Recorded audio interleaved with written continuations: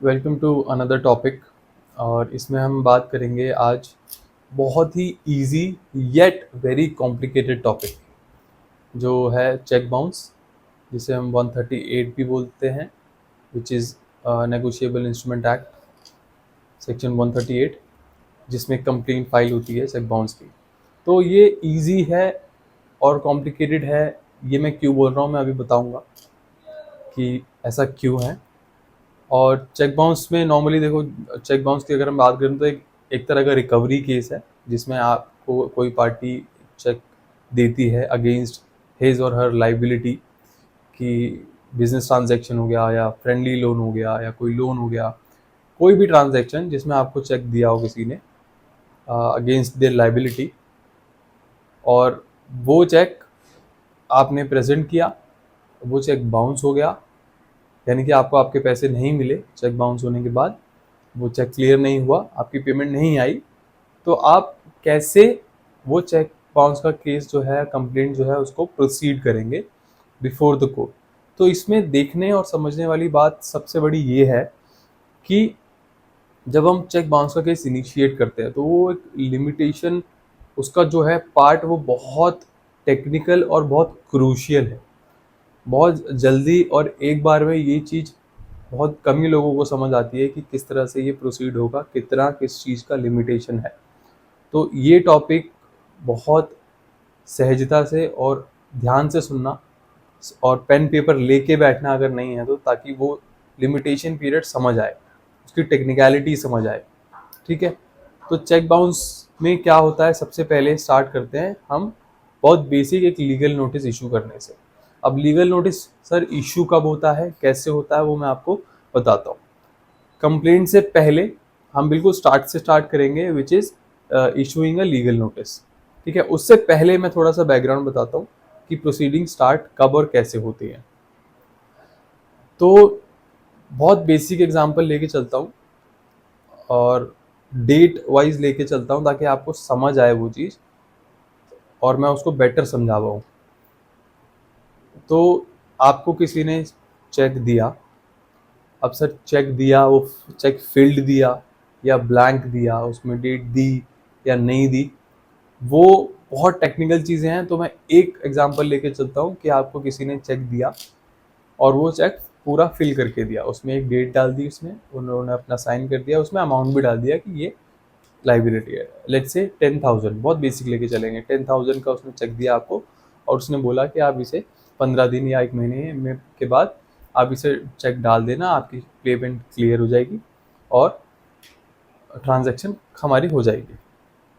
अब for example ले लेते हैं, आपके पास दिसंबर 2023 में आपके पास एक चेक आया अगेंस्ट देयर लाइबिलिटी या बिजनेस ट्रांजैक्शन में। ठीक है, अब उन्होंने बोला कि आप इसको 1 जनवरी 2024 को उसको आप प्रेजेंट कर देना बैंक में, पास करवाने के लिए, चेक को क्लियर कराने के लिए। ठीक है, 1 जनवरी इसलिए ले रहा हूँ क्योंकि टेक्निकल चीज़ें हैं, आपको अच्छे से समझ आएगी। 1 जनवरी 2024 को आपने वो चेक फिर क्या करा, उसको बैंक में डाला क्लियर करने के लिए, क्लियर होने के लिए। अब आपने 1 जनवरी 2024 को चेक डाला और वो बाउंस हो गया। ठीक है, बाउंस होने के बाद लेट्स से 2 दिन बाद आपको मेमो मिला। अब मेमो क्या होता है सर, तो जब आपका चेक जो बाउंस होता है ना, उसके अगेंस्ट में एक रिटर्न मेमो इशू होता है आपको, जिसको मेमो भी बोलते हैं, रिटर्न मेमो भी बोलते हैं, कुछ भी बोल सकते हैं। मेमो लेके चलते हैं, रिटर्न मेमो, वो आपके पास आती है। तो फॉर एग्जाम्पल ऐसा ले लेते हैं, 1 जनवरी 2024 का आपका चेक था, आपने उसी दिन उसे प्रेजेंट कर दिया, सेम डे। चेक आपको ऑल दो पहले मिल गया था, लेकिन आपने प्रेजेंट उसको एक एक को करा। अगले ही दिन आपका मेमो आ गया, आपका चेक बाउंस हो गया, आपका रिटर्न मेमो आ गया, यानी 2 जनवरी 2024 को आपका रिटर्न मेमो आपके हाथ में आ गया। अब हमारे यहाँ से लिमिटेशन स्टार्ट होती है। अब यहाँ से बहुत केयरफुली सुनना कि क्या होता है। तो पहली चीज़ मैं बता दूं सबसे पहले कि एक चेक जब इशू होता है और उस पर डेट जब डली होती है, तो उसकी एक वैलिडिटी होती है चेक की, जिसे हम बोल सकते हैं एक्सपायरी डेट। ठीक है, अगर तो वो चेक ब्लैंक है, यानी डेट नहीं डली हुई, तो वो इंडेफिनिटली आप उसे डेट डाल के उसे प्रेजेंट कर सकते हो। लेकिन उस पर अगर डेट है तो फ्रॉम दैट पर्टिकुलर डेट से 3 महीने तक वो आपका चेक जो है वो वैलिड होगा। आप अगर कभी चेक उठा के देखोगे, शायद आपने नोटिस किया हो नहीं किया हो, लेकिन कभी देखना, बहुत से चेक ऐसे होते हैं उनमें लिखा होता है बाकायदा वैलिड अप टू 3 मंथ्स या 3 मंथ्स डेट डलने के बाद। तो जैसे 1 जनवरी 2024 की उस पर डेट डली हुई थी, तो वहाँ से 3 महीने कब हो गए, जनवरी, फरवरी, मार्च। ठीक है, तो मार्च 1 को वो चेक जो है आपका एक्सपायर हो जाएगा, वो एक कोरा कागज हो गया, वो किसी काम का नहीं है आपका। और उसके बाद वाली स्टेज पे भी मैं आऊँगा कि ऐसे केस में क्या होता है जब केस एक्सपायर, जब चेक लिमिटेशन चली जाती है या चेक एक्सपायर हो जाता है, तो क्या रेमेडीज होती हैं, क्योंकि रेमेडीज आर देयर। ऐसा नहीं है कि आपका केस खराब हो गया, कुछ हो गया, फर्क पड़ता है लेकिन चीज़ें बदल जाती हैं। तो इतना समझ आया कि चेक पे डेट डली है 3 महीने तक की उसकी वैलिडिटी रहती है। यानी वैलिडिटी, कौन सी वैलिडिटी की मैं बात कर रहा हूँ, कि आप उस चेक को 3 महीने के अंदर अंदर तक ही प्रेजेंट कर सकते हो क्लियर होने के लिए। तो ये चीज़ क्लियर रखना पहली चीज़। ठीक है, ये हो गया चेक का वैलिडिटी अप टू 3 मंथ्स। अब आगे चलते हैं। चेक बाउंस हुआ, 2 तारीख को आपको मेमो आ गया, बैंक से इशू होता है वो मेमो आ गया। मेमो की जो डेट है, एग्जाम्पल से ही दे रहा हूँ, 2 तारीख को मेमो आया, 2 तारीख की मान लो उसके ऊपर डेट डली हुई है, 2 जनवरी 2024 की उस पर डेट डली हुई है मेमो की। आपका एक्चुअल लिमिटेशन होता है start from the date of the memo cheque bounce का मेमो की डेट 2 जनवरी 2024। मैं बार बार रिपीट कर रहा हूँ इसीलिए क्योंकि आपको समझ आए, बहुत टेक्निकल है। तो 2 तारीख से 1 महीने का टाइम आपके पास होता है लीगल नोटिस इशू करने का। क्या बोला मैंने, कि 2 जनवरी 2024 से 2 फरवरी 2024 के अंदर अंदर आपको अपना लीगल नोटिस इशू करना है सामने वाली पार्टी को, जिसको हम डिमांड नोटिस भी बोलते हैं, ताकि वो सामने वाली पार्टी को आपका एक इंटीमेशन मिल जाए कि अगर आपने ये सो एंड सो अमाउंट, अपने लीगल नोटिस में आप डालोगे कि ये सो एंड सो अमाउंट मेरा बनता है अगेंस्ट योर लाइबिलिटी, जो भी डॉक्यूमेंट्स हैं, जो फैक्ट्स हैं, वो आप डालोगे उसमें लीगल नोटिस में, और वो डिमांड करोगे आप अपना पैसा against this cheque which has been bounced, I need you to make the payment as soon as possible within a period of so and so days.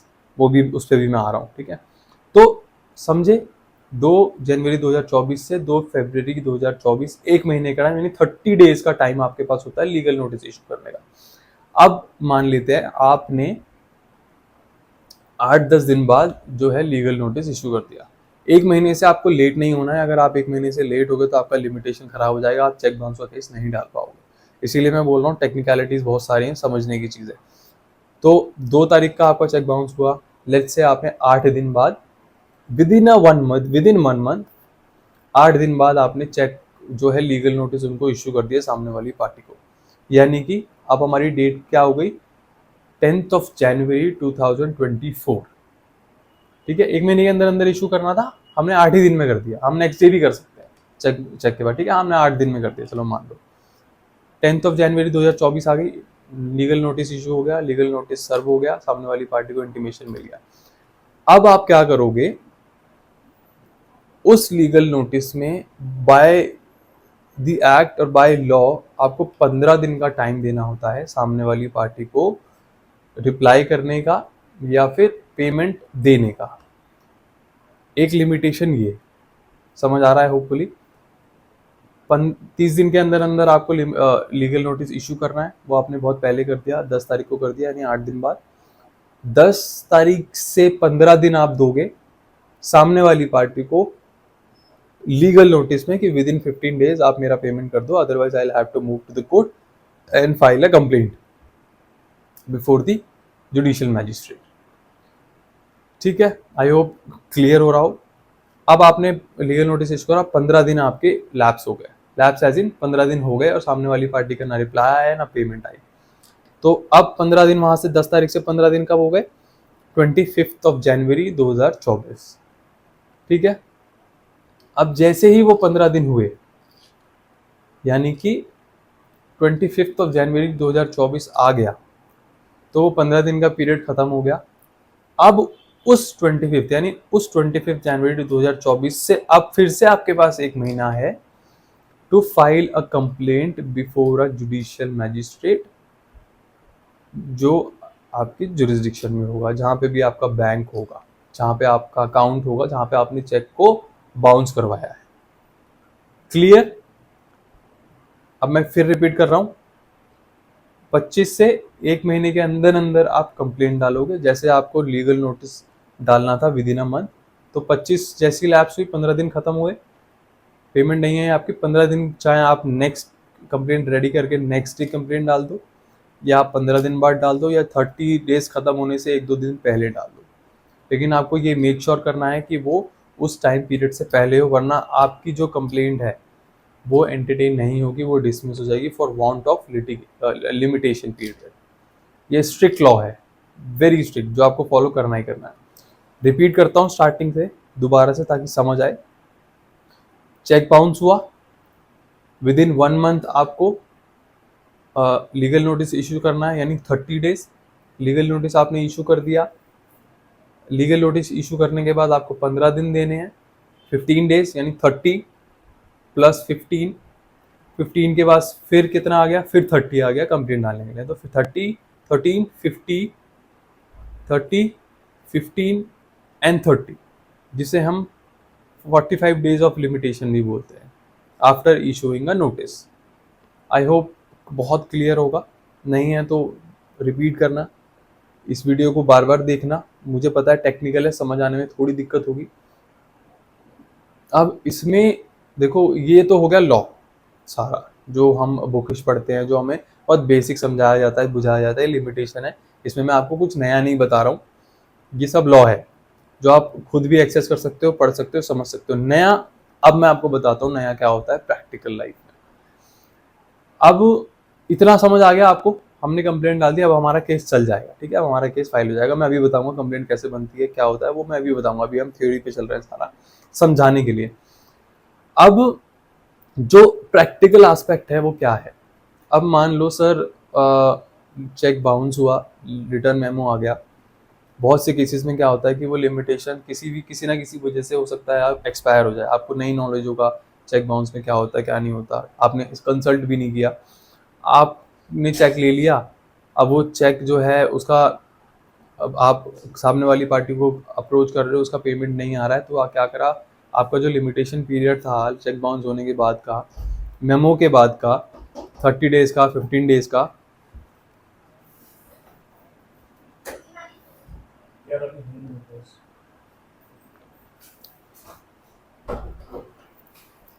13 days का, 15 days का, या फिर जो लास्ट के 13 डेज है, कोई भी एक लिमिटेशन आपका निकला, तो आप चेक बाउंस के लिए एलिजिबल नहीं हो, आप डाल नहीं पाओगे, चेक बाउंस का नहीं डाल पाओगे।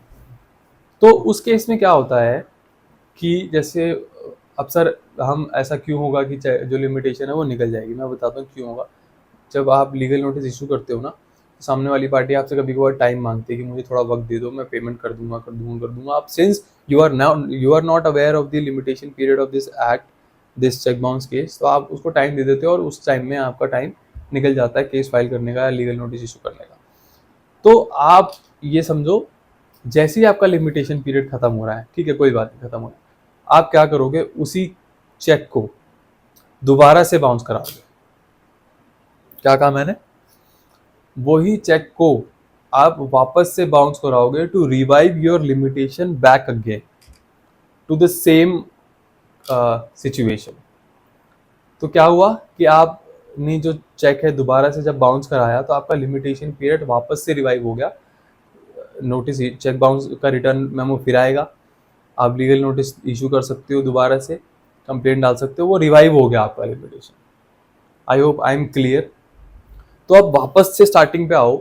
जब मैंने आपको बताया था कि चेक पे जो डेट होती है विद इन 3 मंथ उसकी एक्सपायरी होती है, तो आप जब चेक दोबारा बाउंस कराओगे ना, तो आपको ये भी ध्यान रखना है उस समय कि वो जो चेक है वो आपका एक्सपायर ना हो जाए, यानी उसको 3 महीने ना हो जाए। समझ आ रहा है? यानी कि अगर 3 महीने हो गए हैं उस चेक को डेट से, तो आप उसको दोबारा भी बाउंस नहीं करा सकते।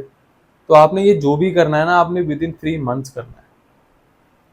आई होप इतना क्लियर होगा, और ये टेक्निकल है, समझने में थोड़ी दिक्कत होगी, लेकिन मैं जितने सरल सहज शब्दों में समझा सकता था मैंने कोशिश करी है समझाने की।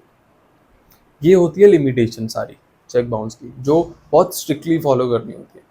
अब आ जाते हैं लीगल नोटिस पे। अब ये लीगल नोटिस कहाँ पे मैंने बताया था स्टार्ट होता है, चेक बाउंस हो चुका है, रिटर्न मेमो आपके पास आ गई, अब आपको चेक इशू ओ लीगल नोटिस इशू करना है। तो हम सीधा लीगल नोटिस से शुरू करेंगे, फिर हम कंप्लेंट पे जाएंगे, क्योंकि स्टार्टिंग से स्टार्ट करेंगे तो अच्छे से समझ आएगा। ठीक है, लिमिटेशन मैंने बता दिया। अब ये देखो लीगल नोटिस है जो हमने इशू करा, इसमें आपको देखो बहुत इसमें कुछ अलग, लीगल नोटिस मोर और लेस सारे सिमिलर होते हैं, सारी फैक्ट्स की बात होती है, डिमांड की बात होती है, आप किससे क्या मांग रहे हो, उसमें क्या बोल रहे हो, किस तरह का लीगल नोटिस इशू कर रहे हो, वही फैक्ट्स आप अपने लीगल नोटिस में डालते हो against that party. Legal notice के केस में 138 की जब बात आती है, तो ये इकलौता प्रोविजन है as far as I am aware जिसमें लीगल नोटिस को भेजना is mandatory by law. Otherwise जब बाकी केसेस की बात करें, रिकवरी की बात करें या किसी और केस की बात करें, there is no other provision और केस जिसमें लीगल नोटिस भेजना मैंडेटरी होगा। आपने हमेशा से सुना होगा कि लीगल नोटिस भेजते हैं, लीगल नोटिस भेजते हैं, तो ये लीगल नोटिस कहीं पर भी ऐसा नहीं है कि मैंडेटरी है लिखा हुआ भेजना है। लोग भेज देते हैं for intimation, for better, for making their case better, या फिर उससे कभी कभी चीज़ें रिजॉल्व भी हो जाती हैं इसलिए, वरना मैंडेट कहीं नहीं है other than this negotiable instrument act. I hope अच्छे से समझ आ गया हो, नहीं भी आया तो उसको वापस देखना, और ये जो ड्राफ्ट्स हैं वो शेयर करेंगे समझाने के बाद वीडियो में। 2 3 4 10 बार पढ़ना, एक बार में नहीं समझ आता, एडवोकेट्स तक को नहीं आता है समझ, टू बी ऑनेस्ट।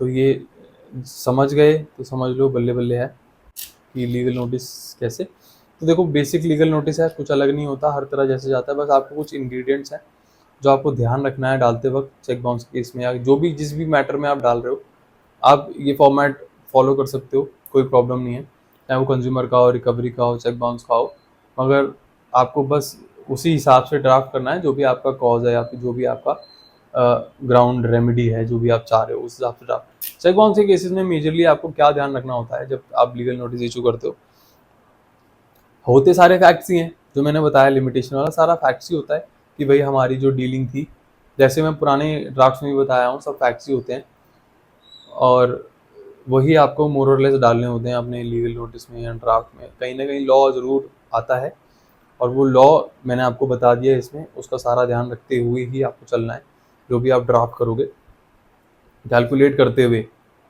ठीक है, तो इस केस में एक इंडिविजुअल क्लाइंट है जिसका एलॉय का काम है, स्टील्स का काम है, और एक कंपनी है जय माता इंजीनियरिंग, जो जिसके साथ हमारी डीलिंग थी, हम काम कर रहे थे, और ये उसके डायरेक्टर्स हैं। तो आप जब कंपनी को पार्टी बनाते हो, चाहे वो रिकवरी केस हो चाहे वो कोई भी हो, तो आप डायरेक्टर्स को भी पार्टी बना देते हो, लेकिन जब आप पार्टनर या डायरेक्टर्स को पार्टी बनाते हो तो आपको उनका रोल दिखाना बहुत ज़रूरी होता है। अगर आपने उनका रोल नहीं दिखाया अपने प्लीडिंग्स में, नोटिस में या कंप्लेंट में, तो ऑनरेबल जज जो है सबसे पहले आपसे यही पूछेंगे कि इनको क्यों आपने पार्टी बनाया है, ये इनका क्या रोल है। तो वो आपके प्लीडिंग्स में स्पेसिफिकली पूछेंगे कि कहाँ पे आपने ये लिखा है। अगर आपने नहीं लिखा होगा पर्टिकुलर एलिगेशन किसी के अगेंस्ट या कुछ, तो वो उस पार्टी को वहाँ से जज साहब जो है वहाँ से हटा देंगे देन एंड देयर, क्योंकि इसीलिए प्लीडिंग्स में लिखना बहुत ज़रूरी है उनका रोल, सब चीज़ का जो भी आप डाल रहे हो। तो देखो जय माता इंजीनियरिंग एक कंपनी है जिनके डायरेक्टर्स हैं, जिनको हमने पार्टी बनाया। तो बेसिकली क्यों बनाया है, क्योंकि चेक इशू हुआ होगा इनकी कंपनी की तरफ से, जिसमें डायरेक्टर्स भी इन्वॉल्व थे ऑब्वियसली। जो कंडक्ट है, जो डे टू डे एक्टिविटीज़ हैं, वो डायरेक्टर्स ही देखते हैं। और रोल की जो मैं बात कर रहा हूँ, मैं अभी आपको दिखाऊंगा कि किस तरह से इनका रोल जो है हमने एस्टैब्लिश करा है इसके अंदर, सो दैट इनके अगेंस्ट भी कंप्लेंट जो है वो इनिशिएट आगे हो। ठीक है, तो subject legal notice under section 138 of negotiable instrument act as amended up to date. Our client, आप अपने क्लाइंट की डिटेल डालोगे, श्री जी बांके बिहारी एलॉय, इनका डाल दिया, इनका ऑफिस एड्रेस डाल दिया, sir under instruction from and on behalf of our client. ठीक है, अब ये हमारा स्टार्ट हो गया बेसिक फैक्ट्स। फैक्ट्स यानी हमारा क्लाइंट क्या है, प्रोपराइटर है, कंपनी का नाम ये है, प्रोपराइटर फॉर्म का नाम ये है, रजिस्टर्ड ऑफिस यहाँ पे है, हमारा बिजनेस क्या है, हम manufacturing of high quality aluminium alloy and castings. Basic intro हमारे क्लाइंट का। Second, that you the addressee number 1 is a company. अब हम सामने वाली कंपनी का इंट्रोडक्शन दे रहे हैं कि वो कंपनी क्या है, क्या करती है, ऑफिस कहाँ है, ये सब बहुत basic. Addressee number 1 is a company registered under companies act. अगर कंपनी में कंपनीज एक्ट में कंपनीज मतलब कंपनी है तो कंपनीज एक्ट में होगी ऑब्वियसली, वो डाल देंगे। उनका मेटा डेटा ले लेंगे वेबसाइट से, मिनिस्ट्री ऑफ कॉर्पोरेट अफेयर्स की वेबसाइट से, ठीक है। डायरेक्टर्स की डिटेल्स भी, इनफैक्ट आप सोचोगे कि सर हम डायरेक्टर्स की डिटेल्स कहाँ से लाएंगे जब हम किसी से बिजनेस कर रहे हैं। तो जब आप मिनिस्ट्री ऑफ कॉर्पोरेट के वेबसाइट पे जाओगे तो आपको कंपनी की सारी डिटेल मिल जाती है, उनका कच्चा चिट्ठा, उनकी इन्वेस्टमेंट्स, डायरेक्टर, सब कुछ मिल जाता है। तो वहाँ से आप वो डायरेक्टर्स का नाम लो, 2-3, बहुत सारे भी हो सकते हैं, तो 2-3 जो भी आपको ठीक लगे, 2-3-4 जो भी हैं उठाओ। 2-3 उठाना बहुत रहता है, कभी कभी बहुत ज़्यादा भी होते हैं, तो सबको बनाने की जरूरत नहीं होती है पार्टी, ठीक है। तो डाला that you the addressee number 2-3-4 are directors of the addressee number are responsible for day to day affairs of the addressee number 1, ठीक है। कंपनी डाल दी, एड्रेस डाल दिया, और ये जो अक्यूज नंबर 2, 3 और 4 बनाए उनका भी रोल डाल दिया कि भाई डायरेक्टर्स हैं, बता दिया कि वो क्या है, कौन है, ठीक है। That you the addressee being aware of the reputation and goodwill of our client express your desire to enter into a business transaction, you the addressee represented our client that you have good financial backing and assured that all the payments will be made within 30 days from the receipt of the goods, failing which you will be liable to pay 18% as simple in the invoice amount, ठीक है। क्या डाला, बहुत basic डाला, facts जो भी हुए कि भाई हमारे पास एड्रेसेस आए, हमारे साथ बिजनेस डीलिंग का उन्होंने इंटरेस्ट दिखाया, अप्रोच किया, बिजनेस डील की, जिसमें उन्होंने अग्री किया कि ठीक है हम बिजनेस करेंगे और 30 दिन के अंदर अंदर आपकी जो भी पेमेंट्स होंगी वो हम कर देंगे विद द इंटरेस्ट ऑफ 18%, जो इन्वॉइस में लिखा होता है। तो यूजुअली क्या होता है, इन्वॉइसेस में लिखा होता है ऑलरेडी, अगर पेमेंट डिफॉल्ट होती है, नहीं आती, तो आप सो एंड सो इंटरेस्ट आप चार्ज करेंगे, वो इन्वॉइस की बात है जो भी आप इशू कर रहे हो, ठीक है। Fourth, that accordingly you the addressee approached our client in September 2021, since then raised various orders for iron and metals from time to time। अब क्या दिखा रहे हैं कि ठीक है हमारी एक अंडरस्टैंडिंग हो गई, अब हमने बिजनेस स्टार्ट कर दिया, फैक्ट्स हैं, ठीक है, कैसे कैसे कब कब क्या क्या हुआ, ये वही चीज़ें लिखी हुई हैं। तो हमने लिखा है कि इस सितंबर 2021 में हमें अप्रोच करा, हमने सामान, उन्होंने ऑर्डर दिया, हमने सामान भेजना स्टार्ट कर दिया, by you address and assured by the delivery, ठीक है। और अश्योरेंसेज मिली कि ठीक है हमने अश्योरेंस दी कि आपका सामान आपके समय पे टाइम पे पहुंच जाएगा, ठीक है। Based upon the false representation and assurances of the addressee our client agreed to supply, हमने सब सामान भी सप्लाई कर दिया, सब कुछ कर दिया, against which we raise some invoices. Of course आप जब सामान किसी को दोगे आप इनवॉइस रेज करोगे, तो ये इनवॉइसेस की डिटेल है। तो इसे इन तारीख को वाउचर नंबर यानी इनवॉइस नंबर ये था और अमाउंट ये था, जो भी हमारा बिजनेस हुआ, ये इतने बिजनेस डीलिंग हुई, ये अमाउंट थे, ये चेक थे, सॉरी ये डेट्स थी, वो हमने सारी डिटेल डाल दी ग्रिड में बना के, इनवॉइस की डेट्स जो भी इशू हुए, इनवॉइस नंबर और अमाउंट कितने कितने का था वो सारा डिटेल में, ठीक है। हमने बिजनेस डीलिंग दिखा दी, हमने ये इनवॉइस हमने इशू करे थे, ये सब डालना बहुत ज़रूरी है। क्योंकि आपका जो लीगल नोटिस और प्लेन है बहुत क्लियर होना चाहिए, क्योंकि ये फाइनेंशियल ट्रांजैक्शन है तो उसमें कुछ चूक नहीं होनी चाहिए, ठीक है। आप क्या कर रहे हैं, that based upon the false representation, अब हम अब कंडक्ट दिखा रहे हैं सामने वाली पार्टी का कि भाई हमने तो जो ऑर्डर्स आए वो इशू कर दिया, इनवॉइस दे दिया, लेकिन हमारी पेमेंट्स आना रुक गई, हमारी पेमेंट्स नहीं आ रही है, तो वो चीज़ अब हम इसमें डाल रहे हैं, उनका कंडक्ट दिखा रहे हैं, that based upon the false representation assurance of you the addressee. अब क्योंकि यू द एड्रेसी क्यों कर रहे हैं, क्योंकि हम अभी लीगल नोटिस भेज रहे हैं सामने वाली पार्टी को, तो हम उनको एड्रेस कर रहे हैं।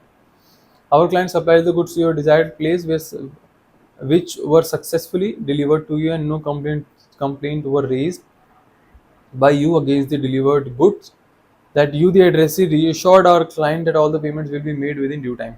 अब वही दिखा रहे हैं हम कंडक्ट की, भाई तुमने बोला था कि आप पेमेंट करोगे, आपने नहीं करी है, अब you are liable to 18% of the payment interest rate based on that invoices that were raised.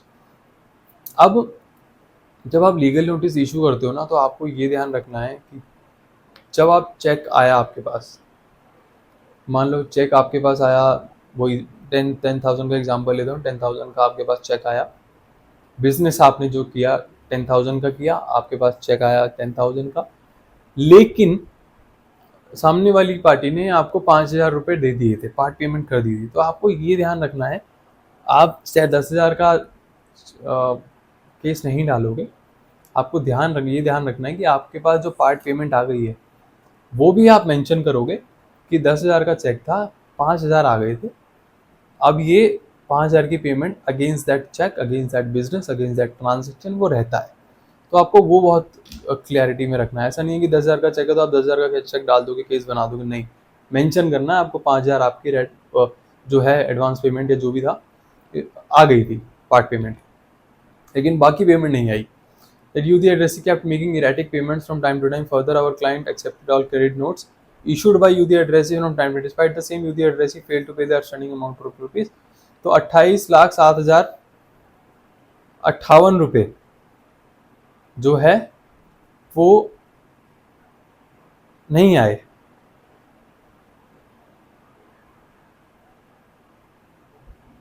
ठीक है,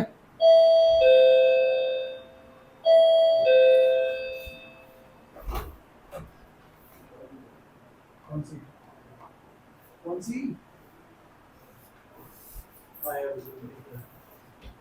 स्टार्ट करूं मैं? हाँ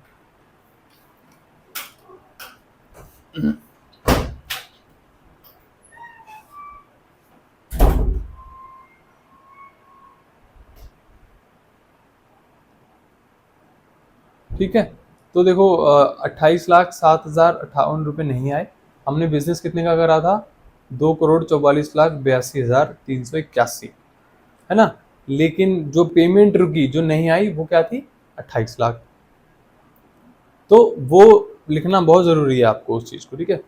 our client time and again try to contact you, वही चीज़ें कि हमने अप्रोच किया, बहुत ट्राई किया, लेकिन आपने कोई रिस्पॉन्ड नहीं दिया, आपने कोई पेमेंट नहीं करी, उसके बाद ये सब डाला। अब जो बहुत असेंशियल है, जो आपको ध्यान रखना है डालते वक्त, वो यही है that finally you the addressee through addressee number 4 issued a check bearing number this। आपने फिर चेक इशू, क्योंकि चेक बाउंस का है, हमें भूलना नहीं है चेक बाउंस का केस है, तो बिजनेस ट्रांजैक्शन होगी, फैक्ट्स हमने डाल दिया। अब चेक की भी तो बात करेंगे ना, जो पेमेंट नहीं आई वो कैसे नहीं आई? वो चेक के अगेंस्ट नहीं है, क्योंकि चेक का केस है, और वो केस बाउंस हो गया, चेक बाउंस हो गया। तो देखो, एक चेक इशू हुआ, चेक बियरिंग नंबर ये था, चेक का नंबर ये था, for a sum of rupees 28,07,58। तो ये चेक इशू कर दिया सामने वाली पार्टी ने कि ठीक है, हार धकार के या अप्रोच करके जैसा भी हमने किया, सामने से चेक आ गया कि ठीक है, ये लो आपका चेक। डेट क्या थी? 14/2/2024।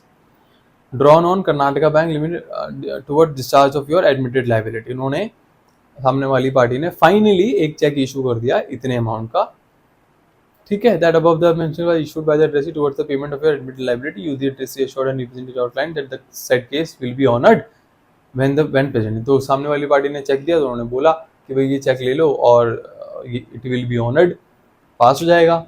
बट क्या हुआ आगे देखो, वही फैक्ट्स हैं, चेक तो दिया लेकिन वो बाउंस हो गया। That after receiving the said cheque our client presented the cheque bearing number this. Cheque को हमने डाला 14/2 को ही डाल दिया विद इट्स बैंकर, यानी मेरा अपने बैंक में, मेरा जहाँ बैंक था ICICI में, उसमें डाला। To the utter shock and surprise our client the afford cheque was return unpaid, vide memo dated 15/2/24 with the remark account close. तो देखो, चेक बाउंस का केस किसी भी सिनेरियो में डल सकता है। जब आपका चेक, बहुत सारे रीजंस होते हैं, insufficient balance, account close, payment stopped, ठीक है। वो तो आप किसी भी सिनेरियो में अगर आपका चेक रिटर्न आ गया, बाउंस हो गया, तो आप वो केस को इनिशिएट कर सकते हो। वही इसमें है। तो 15/2/14/24 को आपका वो आ गया अकाउंट क्लोज। अब आप क्या करोगे? अब आप लीगल नोटिस इशू करोगे, जो ये हम कर रहे हैं, ठीक है। That you the addressee firstly issued the check towards। अब हम सिर्फ इतना बता रहे हैं कि भाई पहले आपने वो इंटेंशन दिखा रहे हैं, पहले आपने चेक इशू करा, फिर आपने पेमेंट जो है वो आपने अकाउंट क्लोज है, आप फ्रॉड हो, आप ये हो, आप वो हो, आपने पेमेंट नहीं करी, आपका इंटेंशन नहीं था, आपका इरादा नहीं था, ये सब वही चीज़ डली हुई है।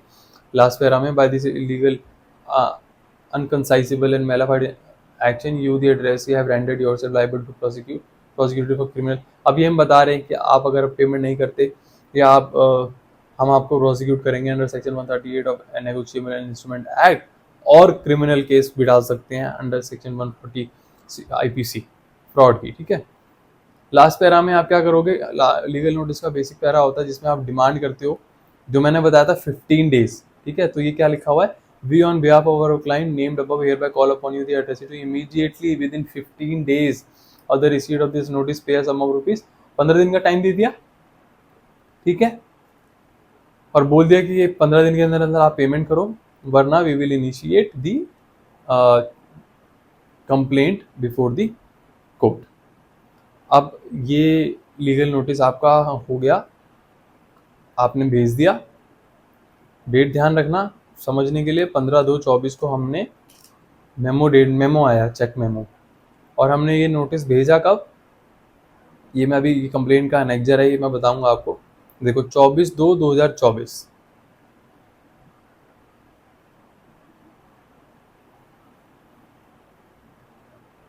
ठीक है, 15/2 को मेमो आया और 24/2 को ये पोस्टल रिसीट है लीगल नोटिस की, 24/2 को हमने भेज दिया। जितना जल्दी भेज सकते थे हमने भेज दिया, हमने वेट नहीं करा। ठीक है, लीगल नोटिस हो गया। अब आ जाते हैं कंप्लेंट पे। लीगल नोटिस हो गया, 15 दिन के अंदर अंदर आपने नोटिस भेज भी दिया, 15 दिन लैप्स हो गए, 15 दिन के तक कोई पेमेंट या कुछ नहीं आया, तो अब हम क्या करेंगे, हम कंप्लेंट इनिशिएट करेंगे। 15 दिन हो गए, अभी क्या सिनेरियो चल रहा है, नोटिस भेज दिया, 15 दिन हो चुके हैं, कोई रिप्लाई या पेमेंट नहीं आई है, अब हम जा रहे हैं सीधा कंप्लेंट डालने।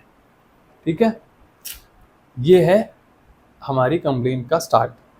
अब देखो चेक बाउंस के केस में क्या होता है, ये क्वाजी क्रिमिनल होती है, ना क्रिमिनल होती है ना सिविल होती है, क्वाजी क्रिमिनल होती है, जिसमें सज़ा फाइन भी है और जेल भी है और बोथ भी। ठीक है, इसमें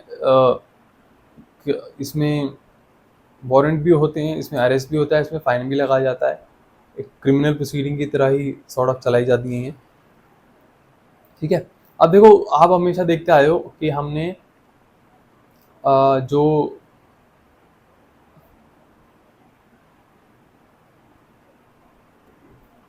हमने हमेशा केस इंफॉर्मेशन फॉर्मेट की बात करी है हर केस में। चेक बाउंस के केस में ऐसा नहीं है, इसमें एक मेटा डेटा होता है, चेकलिस्ट होती है, वो भरी जाती है, जिसके हिसाब से ये केस जो परफॉर्मा होता है, जैसे आपने केस इंफॉर्मेशन फॉर्मेट का देखा, इसमें चेकलिस्ट और एक मेटा डेटा होता है जो चेक बाउंस के केस में आता है, वो मैं बताता हूँ। तो वो चेकलिस्ट का एक परफॉर्मा आता है, वैसे ही जैसे CIF का आता है, चेक इंफॉर्मेशन फॉर्मेट का, वो लोगे, उसमें डिटेल्स डाल दोगे, details of the case, whether 138 NI act. ठीक है, 138 का, ठीक है, टोटल चेक अमाउंट हमें मालूम है, area of bounce cheque, Rohini कहाँ पे बाउंस हुआ, नेम ऑफ द कंप्लेनेंट, हम कंप्लेंट है, एड्रेस ऑफ द कंप्लेनेंट, हमने एड्रेस डाल दिया कंप्लेनेंट का, एज, जेंडर, कॉन्टैक्ट नंबर, ये सब बताने की जरूरत नहीं है, अक्यूज की डिटेल डाल दी, एड्रेस ऑफ द अक्यूज, ये कंपनी का एड्रेस है, सारा डाल दिया, 1 है 2 है 3 है, जितने भी सब डाल दिए, इनका है नहीं, name of the police station मॉरियल के लिए। ठीक है, तो जो इसमें जुरिस्डिक्शन बनती है वो बनती है, आपको चेक मिला, आपका बैंक अकाउंट जहाँ पे भी है, जहाँ पे भी आपने चेक डाला, बाउंस कराया, वहाँ से। ठीक है, तो ये चीज़ आपको बहुत ध्यान रखना है। अब ये हो गया, फॉर्म भर लिया आपने, उसके बाद आ जाते हैं मेटा डेटा, बहुत इंपॉर्टेंट और क्रूशियल पार्ट, जिसमें इन डिटेल सब कुछ लिखा होता है, चेक कब इशू हुआ, कब बाउंस हुआ, कब आपको मिला, कब आपने लीगल नोटिस इशू करा, डेट क्या थी, मेमो की डेट क्या थी, सारी detail in detail basically, for better understanding of the जज, ताकि उनके सामने आए तो एक वो साइनॉप्सिस प्रिसाइज फॉर्म में उन्हें दिख जाए, so that the judge can also calculate the limitation period watching this metadata, referring this metadata। ठीक है, ये भी परफॉर्मा आपको मिल जाता है, फिक्स परफॉर्मा होता है, इसमें कुछ नहीं करना, ये बनाने की ज़रूरत नहीं होती है आपको, बस आपको डिटेल भरनी है। जैसे यहाँ पे नेम पूछा है, पर्टिकुलर्स ऑफ द कंप्लेनेंट, आपको पता है कौन है, मेल है, एज क्या है, एड्रेस क्या है, सब डाला। ठीक है, उसके बाद मोबाइल नंबर सब कुछ है, status of the complainant other than individual, कोई कंपनी है या इंडिविजुअल है कुछ, वो डाल दिया, डिटेल्स ऑफ द एडवोकेट वो डाल दिया, जैसे जैसा बोला है वैसा वैसा, name of the complainants bank, तो यहाँ पे कंप्लेनेंट का बैंक और उसकी डिटेल, जहाँ पे आपने चेक बाउंस कराया था, जहाँ डिटेल था, ठीक है, वहाँ डाल दिया, वो डिटेल डाल दी। अब आ गया अक्यूज की डिटेल, नेम, अक्यूज का हमें सारा पता है, जय माता कंपनी है, हाँ कंपनी है, एज क्या होगी कुछ नहीं, एड्रेस डाल दिया, ठीक है। उसके बाद details where accused is a company और फॉर्म, तो कंपनी फॉर्म है तो फिर से सारी डिटेल उनकी डाल दी, डायरेक्टर्स डाल दिए, सिग्नेटरी डाल दिया, name of the person, vicariously liable. Vicariously liable का मतलब हो गया कि उनके साथ साथ ये लाइबिलिटी अगर कंपनी की है तो उनके डायरेक्टर्स की भी है, वो वाइकेरियसली लायबल हैं उस चीज़ में, ठीक है। मनोज बंसल, ठीक है। आगे चलते हैं, nature of the liability, sales of goods, business क्या था, सेल्स ऑफ गुड्स था, ये सब छोड़ देते हैं। Cheque number, date of cheque bounce, amount क्या था in words, date when the complainant receive the cheque from accused, date डाल दी कब कंप्लेनेंट को चेक मिला था अक्यूज से, ठीक है। Name of the bank on which the dishonoured cheque was drawn, वो डिटेल डाल दी। सारा आपको वही डालना है जो पूछ रहा है आपसे basically. Date when the cheque was presented, cheque present कब करा गया वो डाल दिया। नंबर ऑफ चेक कितने थे, कितनी बार आपने डाला, मैंने आपको बताया था कि आप 2-3 बार भी डाल सकते हो अगर आप लिमिटेशन में हो विद इन 3 मंथ्स। तो इन्होंने क्या करा, इन्होंने एक बार डाला था तो उसी में आप कंप्लेंट आगे इशू कर दिया था। Date on cheque return memo 15 दो, next day. Date when information about dishonour was received by the complainant 15 दो, ठीक है। Account close, reason of dishonour account close, ठीक है। अब पर्टिकुलर्स ऑफ लीगल नोटिस, अब ये इसीलिए क्रूशियल है क्योंकि लिमिटेशन इज इंपॉर्टेंट हर चीज़ का, ठीक है। Date of legal demand notice 23/2, ठीक है। Date when the legal demand notice was dispatched, date क्या थी लीगल नोटिस के ऊपर 23/2 रेफर करना। डिस्पैच कब किया 24/2 को, कैसे, speed post. If not the actual date of service of legal demand notice 28/2 को वो डेट ऑफ सर्विस हो गई, डिलीवर हो गया। Whether reply to the legal demand notice, नहीं आया, no. Provide the dates of receiving of reply, कोई reply नहीं आया तो ऑब्वियसली खाली जाएगा। Date when the 15 days from the service of legal demand notice was complete, तो अब 15 दिन आपके डेट ऑफ इशुएंस से कब हो रहे हैं, ठीक है। तो आप यहाँ वो डालोगे। फिर date of accrual of cause of action 15/3, अगले दिन से कॉज ऑफ एक्शन इशू होता है, 15 दिन लैप्स होने के बाद अगले दिन से स्टार्ट हो जाता है 30 days का कंप्लेंट डालने के लिए। Date when the limitation of 1 month expires 13/4, ठीक है, 1 महीना। Whether the complaint is filed within limitation, yes, ठीक है। तो ये PS हो गया।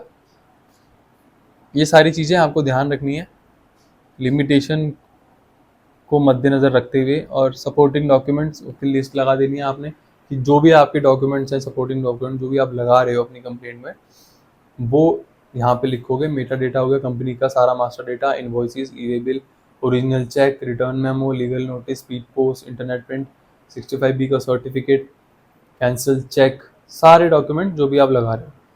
Undertaking of the complainant, I undertake to file the original document as and when directed by the honourable court. अब हमारा ये ड्राफ्ट आ गया, तो देखो अब हमारा ड्राफ्ट जो चेक बाउंस का ड्राफ्ट है ना वो रेडी है। कैसे रेडी है, जो लीगल नोटिस में हमने डाला ना वो ही ड्राफ्ट थोड़े से वेरिएशन के साथ आप उसे कंप्लेंट में तब्दील कर दोगे, कन्वर्ट कर दोगे। चेक बाउंस के केस आते हैं चीफ जुडिशियल मैजिस्ट्रेट के पास। आप जुडिशियल मैजिस्ट्रेट हो गए हैं तो उनके पास जाएंगे। कंप्लेंट नंबर सेम बिल्कुल वैसा ही, संजीव सिंगल वर्सेस जय माता इंजीनियरिंग।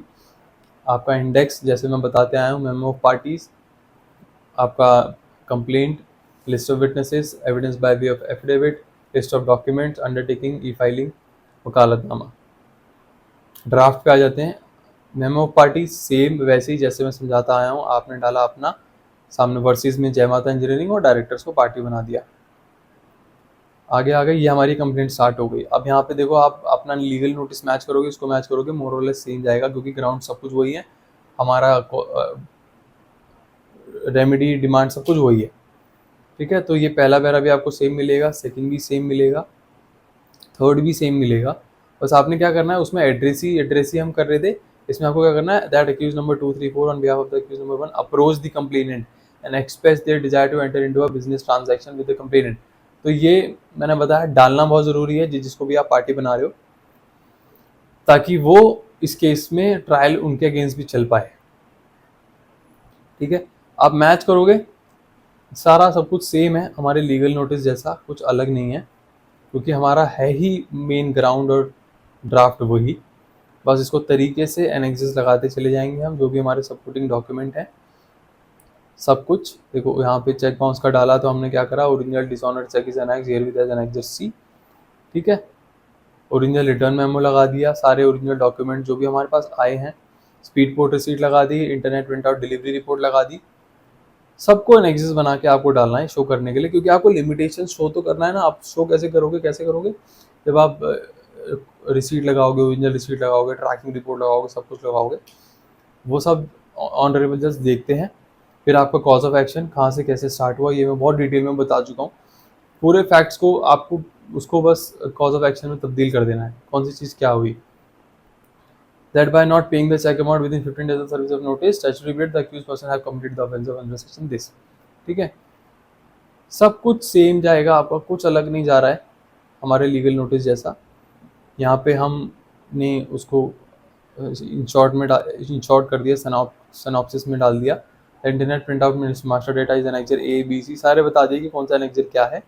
लास्ट पर हमें प्रेयर डाल दी, प्रेयर में क्या डाला, stated in the complaint and summon the accused person for committing the offence under section 138 Negotiable Instrument Act with law to punish the guilty person as provided as per apportionment, direct the accused person to pay the double the amount of the dishonored check। तो जो punishment है cheque bounce के case में वो jail है या फिर double the amount of the cheque है, ठीक है। ग्रांट फ्यूचर पर इंटरेस्ट भी मांग रहे हैं हम 18% का। लास्ट में क्या लिख देते हैं, pass any order appropriate orders as this honourable court may deem fit. ये हमारी कंप्लेंट रेडी हो गई, बन गई। बट अभी इसके आगे एफिडेविट भी आएगा, जैसे हमारी जगह डालते हुए बेसिक एफिडेविट आएगा। उसके बाद हमारा लिस्ट ऑफ विटनेसेस देखो चेक बाउंस में डालना, लिस्ट ऑफ विटनेसेस वैसे तो हर केस में जाता है, लेकिन चेक बाउंस के केस में भी प्रेफरेबल ये रहता है कि आप स्टार्टिंग में ही डाल दो। क्यों, जैसे अभी हमने लिस्ट ऑफ विटनेस क्या बनाया, खुद को, यानी कंप्लेनेंट मैं खुद को, बैंक को जहाँ पे चेक मैंने डाला था, जहाँ बाउंस हुआ वहाँ से ऑफिशियल कंफर्म करेंगे चेक डाला था, बाउंस हुआ और ये हुआ। कर्नाटका बैंक जहाँ से वो चेक इशू हुआ था, सामने वाली पार्टी ने इशू किया था, ठीक है, या बाउंस हुआ था। उसके बाद आगे चलते हैं, उसके बाद आ गया pre summoning evidence by way of affidavit. देखो ये टाइम बचाने के लिए एक स्टेज होती है एविडेंस की, ये प्री समनिंग होती है, जहाँ पे हम कुछ नहीं करते, मैं बता देता हूँ आपको। आपकी जो पूरी कंप्लेंट जो आपने बनाई है ना, उसी कंप्लेंट को उठाना है। अब उसमें आपने जैसे स्टार्ट करा हुआ दैट दी से, जैसे कहाँ से स्टार्ट करा मैं बता देता हूँ एक पैरा समझाने के लिए।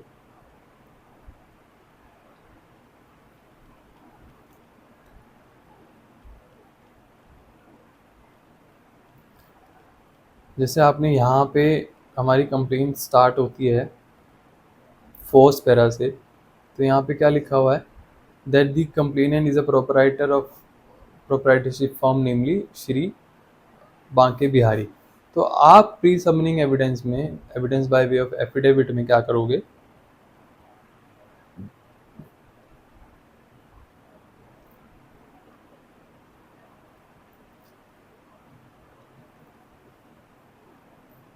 यहाँ पे क्या करोगे, that the deponent state that the deponent is a proprietor. तो वही पैरा उठाना है आपको, उसे डेपोनेंट में कम, मतलब ये भी एक तरह का एफिडेविट है जो डेपोनेंट यानी कंप्लेंट अपने बिहाफ पे दे रहा है। आई दी डेपोनेंट यानी मैं, डेपोनेंट सोन कर रहा है, वो स्वेयर कर रहा है, वो कसम खा रहा है कि हाँ वो जो फैक्ट्स हैं मैं ऐसा ऐसा कह रहा हूँ, मैं ऐसा ऐसा कह रहा हूँ, ऐसा ऐसा हुआ। और फिर उसको आप जो भी हैं एग्जिबिट करते जाओगे, जो आपके डॉक्यूमेंट्स हैं जो आप लगा रहे हो। जैसे कि ये टाइम बचाने के लिए ये सिविल केसेस में बहुत बाद की स्टेज में होता है, जब एविडेंस की स्टेज आती है, लेकिन चेक बाउंस में ये पहले कर लेते हैं और ताकि टाइम बच जाए और वो एक्सपेडाइट तरीके से चल पाए। चेक बाउंस केस बहुत जल्दी, सपोजिटली जल्दी मगअप होने चाहिए, इसलिए। तो internet print out master data of the accused is exhibited as exhibit CW1A। तो एग्जिबिट होते हैं डॉक्यूमेंट, जब आप डॉक्यूमेंट एविडेंस की स्टेज आती है बाकी केस में, तो आप अपने ओरिजिनल डॉक्यूमेंट्स लेके, जो भी आपने लगाए होते हैं उनका ओरिजिनल लेके आते हो और वो शो करते हो कि हाँ आपके पास ये ओरिजिनल डॉक्यूमेंट है, to show your and to substantiate your case, substantiate your case. नहीं होता तो भी आप कॉपी लेके आते हो, आप उसे मार्क कर देते हो एज अ कॉपी। तो आप आपका ओरिजिनल डॉक्यूमेंट होना और ना होना उस पर थोड़ा निर्भर करता है काफ़ी चीज़ें, बट अगर वो नहीं भी है तो आपको एग्जिबिट कराना होता है कि आपके पास अगर नहीं ये डॉक्यूमेंट लगाया तो आपके पास उसका पोजेशन होना ज़रूरी है, तभी वो माना जाएगा। बी इट अ कॉपी और ओरिजिनल है तो बहुत बढ़िया बात है, तो वो एग्जिबिट हो जाता है। एग्जिबिट यानी कोर्ट रिकॉर्ड में कंप्लीट प्रॉपर वो रिकॉर्ड बन चुका है, ऑफिशियल रिकॉर्ड। ठीक है, दी डेपो देखो आप सब में देखो, dependent state, the deponent state, deponent state, ऐसे ही चलेगा। एक ये एफिडेविट देखो ट्रायल में भी जाता है, सिविल केसेस में भी जाता है, लेकिन बहुत स्टेज बाद में स्टेज में जाता है, इसी तरह बन के जाता है, लेकिन आप चेक बाउंस में पहले दे देते हो। फिर आपका लिस्ट ऑफ डॉक्यूमेंट्स सेम तरीके से जो भी आपने डॉक्यूमेंट लगाए हैं उनको आप एनेक्सर बना के लगा दोगे, और फिर ये आपके आ गए डॉक्यूमेंट्स, इनवॉइसेस जो भी आपने ऊपर लगाया एनेक्सर्स में, इनवॉइसेस आ गए।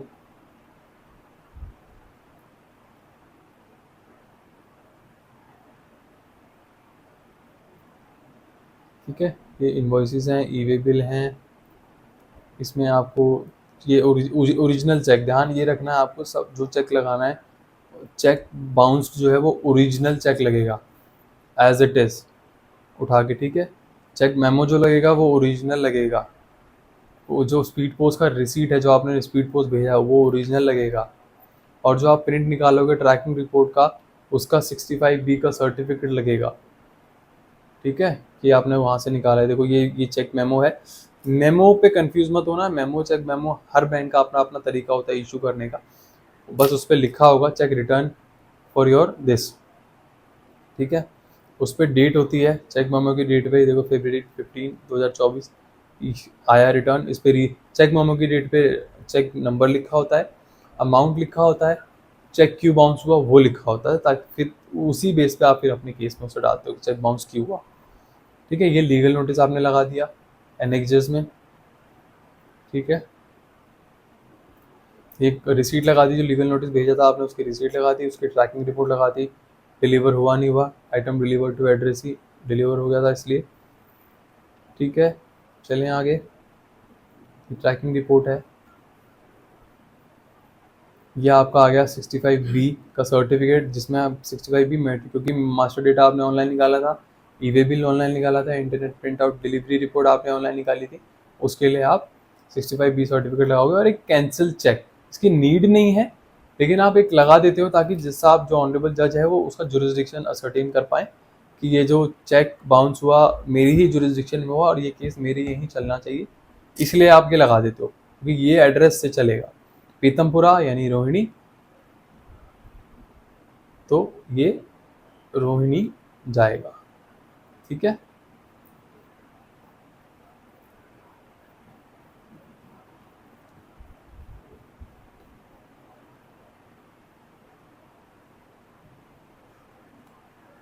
तो अब लास्ट में डॉक्यूमेंट सब लगाने के बाद आपका क्या बचा, वकालतनामा, ये हो गया। अब आपने क्या करना है, लास्टली जब आपका केस रेडी हो जाएगा, आप बना लोगे, प्रिंट दे लोगे, एनेक्सर्स लगा लोगे, तो मैंने पहले भी बताया था एक ओथ कमिश्नर होता है, आपको वहाँ जाना है, तो जो डॉक्यूमेंट्स आपको एग्जिबिट कराने हैं वहाँ पे उसके सामने कराने होंगे। वैसे सिर्फ चेक बाउंस के केस में आप ओथ कमिश्नर के सामने कराओगे, लेकिन जब बाकी ट्रायल चलता है सिविल या अदरवाइज, उसमें जो एग्जीबिशन होता है वो जज साहब के सामने उनका कोर्ट स्टाफ डॉक्यूमेंट देखता देखता आप वहीं के वहीं करते हो रेड पेन से। क्या रेड एग्जिबिट कैसे करते हैं, देखो आप क्या करोगे, जो आपने प्री समनिंग दिया उसमें एग्जिबिट CW11 किया, राइट, तो आप क्या करोगे उसको रेड पेन से ओथ कमिश्नर के सामने एग्जिबिट 1 CW1 रेड पेन से चल रहा है, देखो इसमें कलर नहीं है कॉपी इसलिए समझ नहीं आ रहा, हर डॉक्यूमेंट को एग्जिबिट करोगे, एग्जिबिट CW1 कंप्लेनेंट विटनेस 1 आई, तो ये आपने एग्जिबिट किया, आपका ओथ कमिश्नर ने उसे स्टैम्प कर दिया, तो ये आप हर डॉक्यूमेंट पे देखोगे, ये देखो हर डॉक्यूमेंट पे आप ये चीज़ देखोगे, हर डॉक्यूमेंट आप एग्जिबिटेड देखोगे, इससे कोर्ट का टाइम बचता है और ये ट्रायल थोड़ा एक्सपेडाइट हो जाता है। ये देखो ओथ कमिश्नर हर जगह आपको उसकी स्टैम्प दिखेगी, एग्जिबिट CW1G हर जगह ये एग्जिबिट होता है, और ये केस फिर आप इसको ऑनलाइन जो आज की फाइलिंग हो रही है ऑनलाइन हो रही है उसे आप ऑनलाइन फाइल इसे कर दोगे। बस देखो केस अलग नहीं है, कुछ डिफरेंट नहीं है, बाकी केस जैसा ही है, बस इसमें फ़र्क इतना है कि आपको लिमिटेशन का ध्यान रखना है। लिमिटेशन गई, केस गया। अब सर चेक बाउंस का तो आपने बता दिया, ये सब हो गया। अब चेक की लिमिटेशन मेरे सर चली गई, अब मैं क्या करूँ? तो देखो अब आप क्या करोगे, उसी चेक के बिहाफ पे with in 3 years of your cause of action, यानी इशुएंस ऑफ द चेक, ऐसा कह सकते हैं, क्योंकि चेक उस दिन से था, या यूँ कह लो आपका जिस दिन से भी बिजनेस ट्रांजेक्शन हो, आपने इन्वॉइसेस रेज करे, उसके अगेंस्ट चेक आया, तो विद इन 3 years आप उस चेक के बिहाफ पे रिकवरी के लिए जा सकते हो सिविल कोर्ट। ठीक है, तो ऐसा नहीं है आपका केस खराब हो गया, चेक बाउंस नहीं हुआ तो आपको पैसा नहीं मिलेगा या आप केस नहीं डाल सकते। चेक बाउंस का आप केस नहीं डाल सकते, जो कि is more effective way to ask for your money, जो जल्दी मिल सकता है through cheque bounce cases, rather than going into a civil court and getting result out of it. क्योंकि चेक बाउंस केस, एज मैंने कहा, क्रिमिनल क्वाजी क्रिमिनल होता है, तो इसमें स्ट्रिक्टनेस थोड़ी ज़्यादा होती है और आंसरेबिलिटी ज़्यादा होती है कि उसकी आना पड़ता है, नहीं आते हैं तो BW होता है, बेलेबल वारंट होता है, फिर नहीं आते तो NBW होता है, फिर भी नहीं आते तो प्रोक्लेम्ड ऑफेंडर डिक्लेयर कर दिया जाता है। तो ये सब चीज़ें हैं जो थोड़ा सा ईजी कर देती हैं आपका पैसा रिकवर कराने के लिए, क्योंकि एक्शन स्ट्रिक्ट है।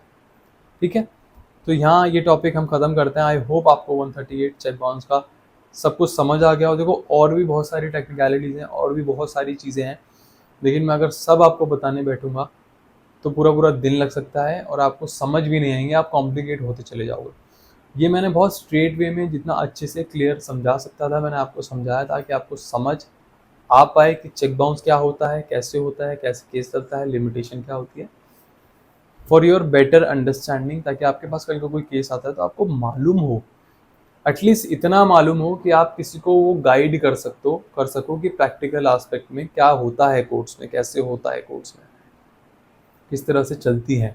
आपके पास कल को आपके family friend relative father brother कोई चेक लेके आया, आप एटलीस्ट उन्हें गाइड कर पाओ कि आपको विद इन दिस पीरियड आपको ये चेक डालना पड़ेगा, या आपको कोई मिसगाइड कर रहा है तो आपको पता हो कि आपको नहीं ये ऐसे नहीं करना है, ऐसे करना है।